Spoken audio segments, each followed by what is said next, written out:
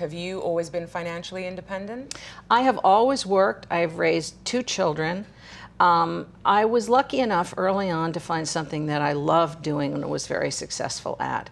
And to me, this is the key, you know, because if you love it and you're being rewarded for it, you have less of an incentive, you know, you don't want to give it up.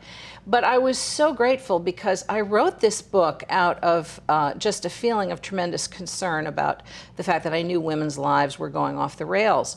But right before it got published, you know, journalism has sort of been imploding for the last few years, and I'm a journalist, and my children's father is a journalist, and he lost several jobs in a row, and suddenly I found myself sort of living out the premise of my book. How ironic. I don't know, it was very strange. It was life imitating art. Yeah, do you feel like you were better prepared because you had written this book about exactly that? Yeah, absolutely, and we were both so grateful that I was able to sustain the family until he got back on his feet.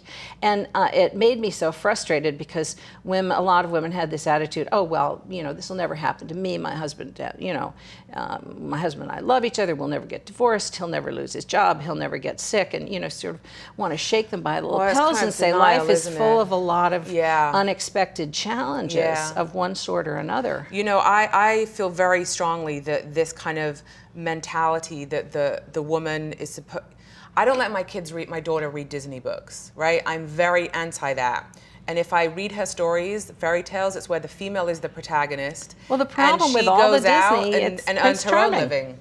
It's all Prince Charming. It's all the man is going to come in and basically save you. And the trouble is that's where the story ends.